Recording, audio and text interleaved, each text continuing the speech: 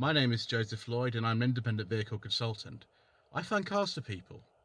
Over the past year on my YouTube channel, I've done a series of about 25 reviews known as the Tweed Jacket reviews, where I've reviewed and assessed cars of all different shapes and sizes, old and new, expensive and cheap. I've had some feedback though from some of my viewers who obviously love the reviews, but want something a little bit less expensive.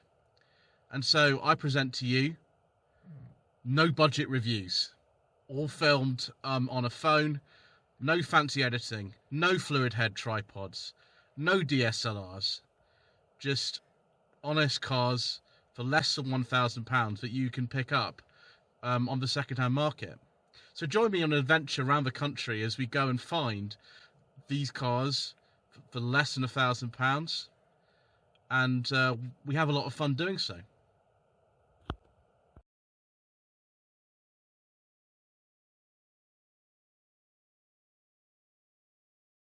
So welcome to another episode of No Budget Reviews. We've still got no budget at all, but we do have this rather lovely 1991 Rover 216 SLi Automatic. Now the Rover 200, or the R8 as this type of 200 is called, was produced from 1989 to 1995. Although this is the second R8 I've had, and the one that I owned before was a very similar spec to this, but it was registered in 1996, so we suspect it was made in 1995. This car was previously owned by Joe Miller, who ran it as a company car on the Classics World's fleet, so it was actually owned by Kelsey Media. I bought this car for the Santa Pod £500 challenge, which will be taking place next month.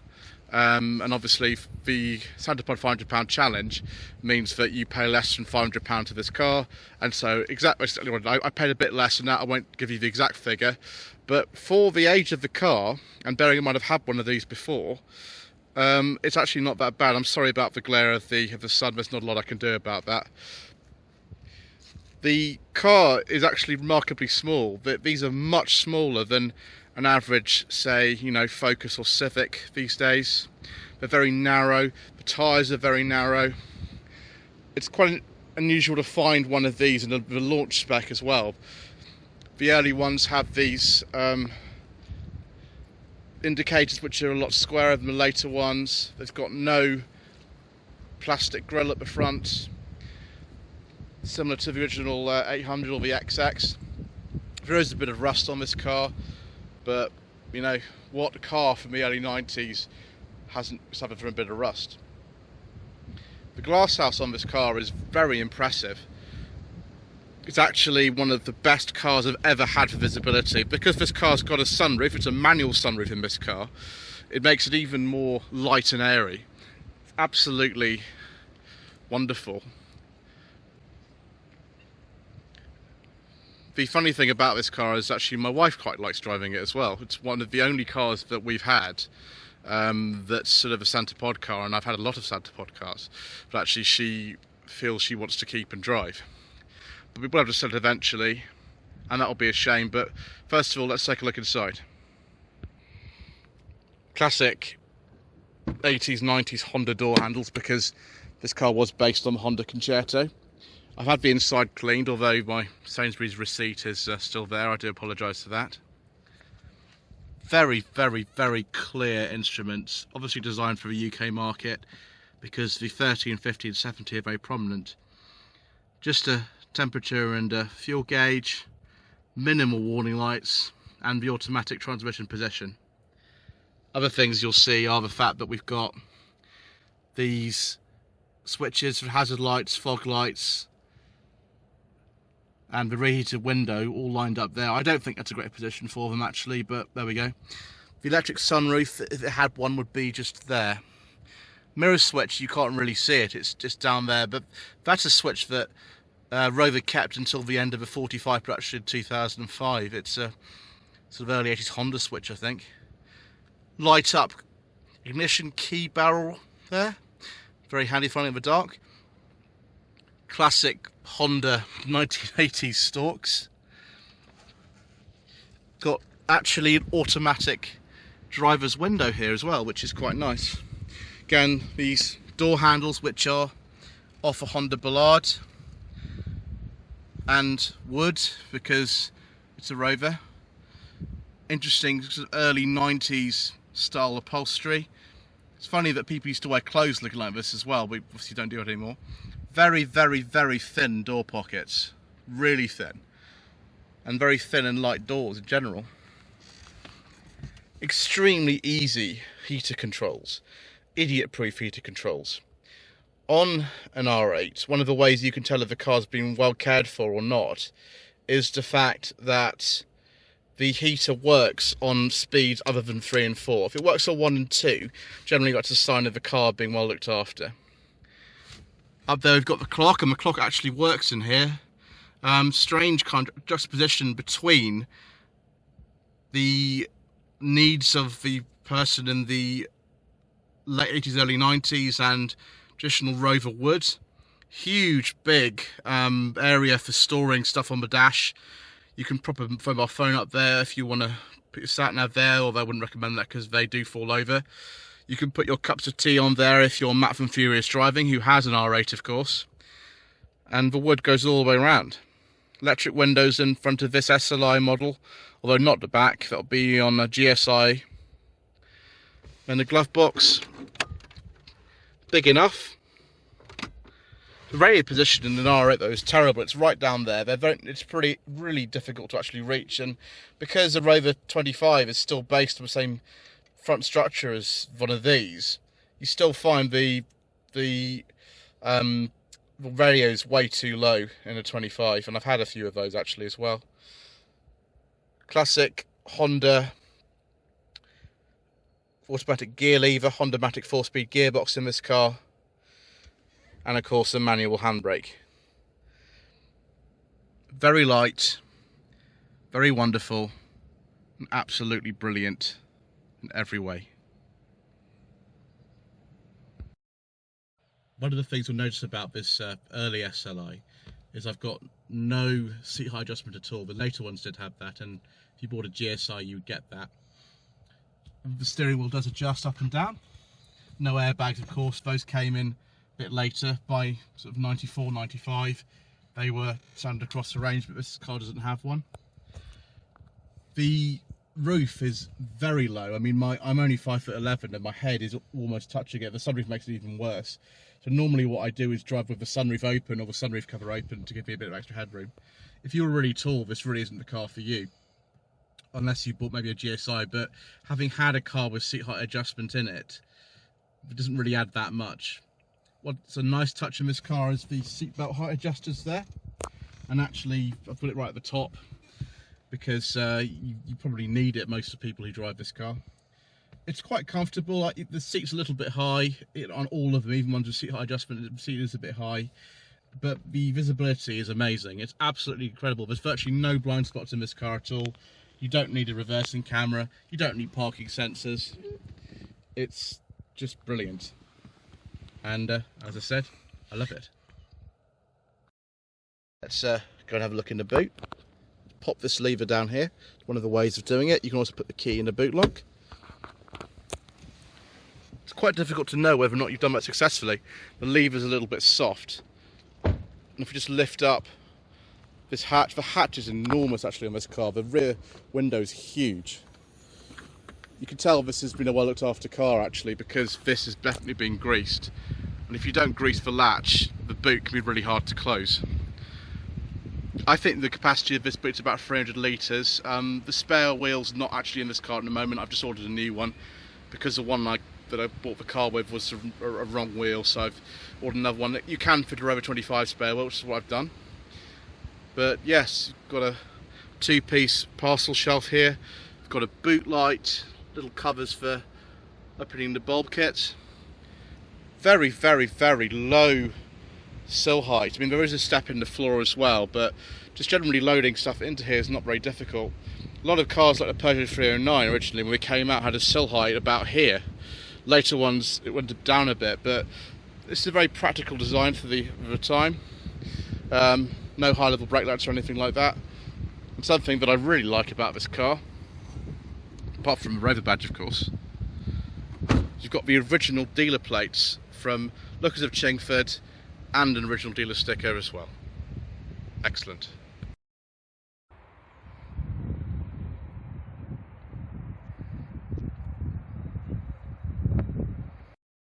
Got manual windows, of course. You only got 4 electric windows on the GSI, and I think not even some of those came with 4. I think that might have been an option. Little places to had the belt buckles, which is brilliant. No rear headrests. Those would have come in maybe on the slightly later models after 95, when just Vittora, Cabriolet and Coupe were still in production. Same ambience though, of being in a, not a gentleman's club exactly, but being in a very comfortable lounge with nice sort of cherry wood veneer. Lovely. As you can see, the suspension on this car is so soft that when I close the door, the whole car rocks. It's quite funny. Now, the drooping headlining, which we fixed by using a staple, that is a really common problem on older cars of quite a few types, but particularly Rovers. And this has been fixed. This is a nice budget DIY fix. This is my driving position, and I'm 5'11". I haven't got a huge amount of room in here really. My headroom's okay. Once the headline has been propped up a bit, it's not too bad. The issue really is legroom, and these cars don't have a very long wheelbase. Now, if you've got the Tourer version, you probably have a bit more space because that's an estate. The saloon, I think, is about the same as this, but it's very comfortable actually. The seats are in a nice angle. If you've got a leather interior like you would in some of the GSI models, or perhaps a part leather on the 214 SEI, then you would absolutely love being in here. These headrests feel very nice as well. I just think that the car from the early 1990s, actually, it feels quite posh and quite premium in here. The Honda D series engine, this is quite a common engine type for this car. In this particular one, this is the single overhead cam version, do apologise, and it developed 110 horsepower. It has got multi-point fuel injection. It's not the twin cam version. That developed about 120 horsepower and was commonly found in the 216 GTI. This engine rotates in a completely opposite direction to one of the main types of engine that you find in a Rover 200 like this, which is the 1.4K series. So Rover and Honda, who jointly developed this car, because you could buy it as the Concerto as well with the Honda engines, really invested a lot of time and money, probably unnecessarily, to have so many types of engine in the car, but that's what they did. And it's actually very easy to see everything in here. We've got, obviously, you know, electronic ignition and things like that, but there's no catalytic converter in this car because it doesn't need one, being 1991, and everything's easy to work on. One of the main issues you have with Honda D series engine is the fact that the cam cover gaskets leak, but this one, despite all this stuff flaking off like this, is actually pretty dry, so that's really, really good. And overall, this is a nice, easy engine to work on. They're generally pretty reliable, but obviously it's best to keep top of maintenance and make sure you change the cam belts. K-series engines do suffer from head gasket failures, but probably if you're buying a 200 by now with a K-series engine, you would have found that somebody would have fixed that all by now.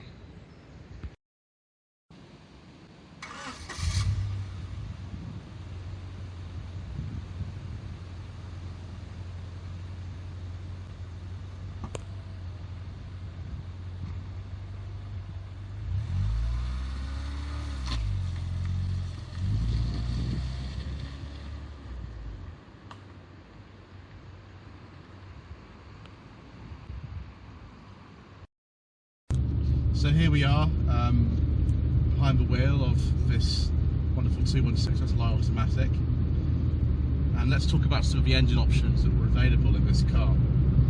So at launch there was the 214, that was the K-series engine, that developed 95 horsepower. Later in about 1992 that was upgraded to 103 horsepower. There was the 216 like this. This is the single overhead cam version, and this is about 110 horsepower. There was also the twin overhead cam version. That developed 120 horsepower, and you find that in the Honda Concerto and in the Rover 216 GTI. There was then the 2-litre engines. They're either called the M or T series, I never remember which way round they are. Those developed 136 horsepower in the normally aspirated version, and then they developed 200 horsepower in the turbo.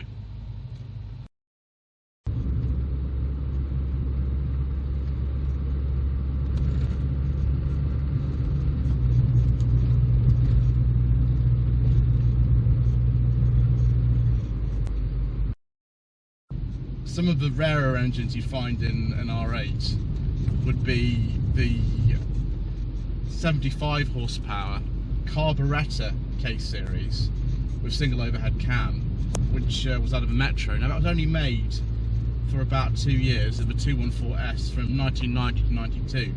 In 1993, all cars had to have a catalytic converter, and so they dropped it and replaced it with just the normal engine from the 214, which was the fuel-injected K-series engine, and they called it the 214i. There are other engines as well which came a bit later. One of them was the 1.8 K-series engine. Now that developed about 143 horsepower because that was the VVC version, variable valve time version, and on the later models of the coupe, especially, that was in the 218 coupe, because in 1996 the coupe, cabriolet and tourer, they dropped the 200 and 400 names by then. Got a bit of a facelift. It didn't look so different outside, but they had a new dashboard and they got rid of the Honda engine as well, apart from the automatic, and they dropped a K-series engine in there, 1.6 K-series. That developed about 110 horsepower there or thereabouts as well. There are also some diesels. There was a 1.8 turbo and a 1.9 non-turbo. Those supplied by Peugeot Citroën. I can't remember what power outputs they were, and as you know, we don't talk about diesels very much on this channel anyway.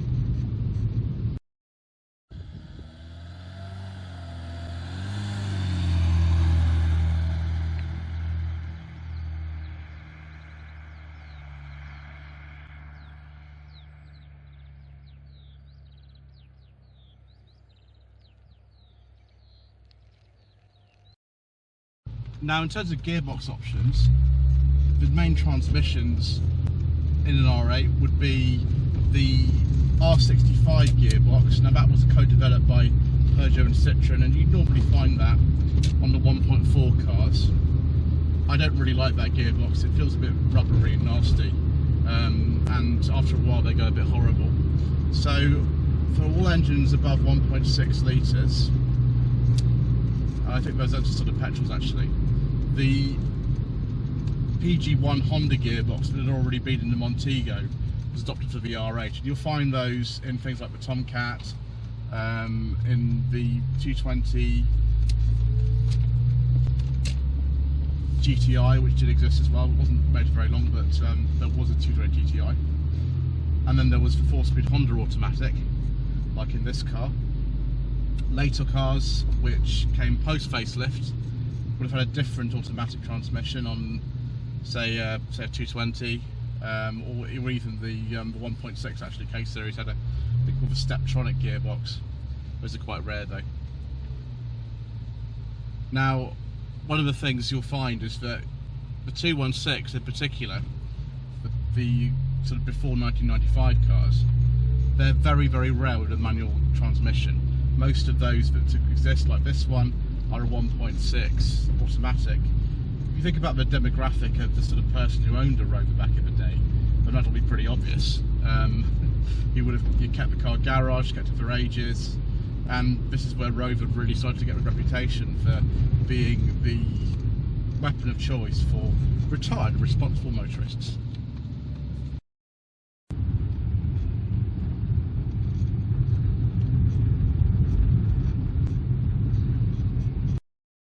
Launch, there was an SI and SLi. Now there was a 214 and 216 SLi. Then there was a 216 GSI and the 220 GSI. You can also get a 220 SLi, but they're not very common. This is an SLi. It was sort of middle of the range, And this actually has a fair few differences between the later models, which you know, have the sort of plastic grille on them, and they have a driver's airbag as well. This is no driver's airbag, got no remote central locking, which a later car would have had, got no electric sunroof, a later car would have had that. And the car probably is down to your preferences whether you prefer that. Manual sunroof, of course, is an early car, but would have been electric later on. The GSI, you sometimes got electric rear windows. Very occasionally you find cars with air conditioning, although that's incredibly rare. Some of the cars also had ABS, although this car doesn't have it. The GSI was commonly specified with a leather interior, and you know, if you really want the ultimate luxury, you go for one of those. Then of course there's GTI, the performance spec with the double overhead cam 1.6 engine. And then right at the end of production, you would find the wonderful 214 SLi. Now that had what are called starfish alloy wheels and a part leather interior over an SLi, and they're really sought after. Actually, they look really smart. Later cars after about 1992 also had the body colour is all one colour. This car's got a two-tone paint scheme, which is what they came with at launch. But the later cars came with a sort of you know, colour key bumpers from '94 as well, all colour key bumpers, and the body was all one colour. I prefer that look, but I like the look of this original cartoon.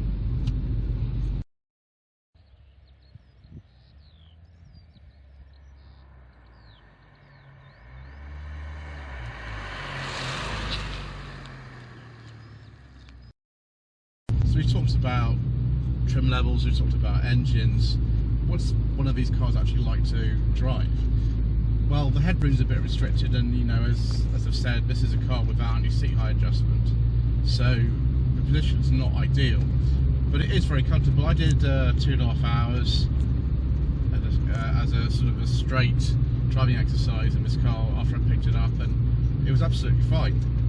There's no cruise control or anything, but you know, which non-luxury cars in 1991 actually had cruise control? Not many at all. The handling in this standard car is a little bit roly-poly. There's lots of body roll. You kind of hang on a bit for dear life because the car doesn't feel that fast, although the figures say this car will do 0 to 60 in 10 seconds. And certainly you can spin the tyres coming out of junctions, particularly if it's a bit wet. It doesn't really encourage you to drive this car very hard. However, if you had a Tomcat or perhaps a 216 or 220 GTI, you'd find that you have much wider tyres than this. You'd have in a Tomcat a better suspension, and actually the double wishbone all-round system that this car used, which is a classic Honda system, means that the car doesn't actually handle that bad. If you can cope with this crazy body roll, which the standard cars exhibit when you're going through the bends, it's actually not that bad. Clearly you've got to watch yourself in terms of the brakes. Not many of the cars have ABS. A lot of them have drum brakes at the back. The GTIs, I think, had disc brakes. This is an SLi, so it's just got drums. You've just got to bear in mind, this is not a car that you drive like, I don't know, an average SUV. You don't have that super firm suspension. You don't have that overly assisted power steering. You've got a nice hydraulic system. You can feel what the car is doing, and it just encourages you to be a bit of a better driver, to slow down for corners properly, to look all around you with this amazing visibility, and to treat the car with a bit of respect, because these are old cars now. The earliest ones of these are 31 years old, and you can drive these on a daily basis. This is really a very good starter classic for somebody. Mr. Miller from World magazine did drive this car on a daily basis, and since I got it a couple of weeks ago, this is what I've been doing, and you know, I very much enjoyed doing that. It's a very easy car to live with, actually. So what do you need to look out for when getting one of these, as opposed to just, you know, the engine? The rear suspension bushes are a classic failure point on these cars, and that could be an MOT failure if you don't keep up with that. Rust is another thing. A lot of these cars were owned by older people, so they would have been kept in garages and possibly even Z-barted or wax oiled from new, which is great. This car clearly was kept in the garage at some point in its life, although there is a bit of rust on it. Not that anything you'd fail an MOT on, but that's just something to bear in mind. Tailgate latches can be a bit of a pain as well. That's worth bearing in mind. The windows do fail with the manual or electric windows. But overall, this is probably one of the better cars to get stuck into due to very low second-hand prices, good parts availability, and a very active owners club. I'm a member of the R8 Enthusiasts Facebook group, and they are a brilliant bunch and really helpful.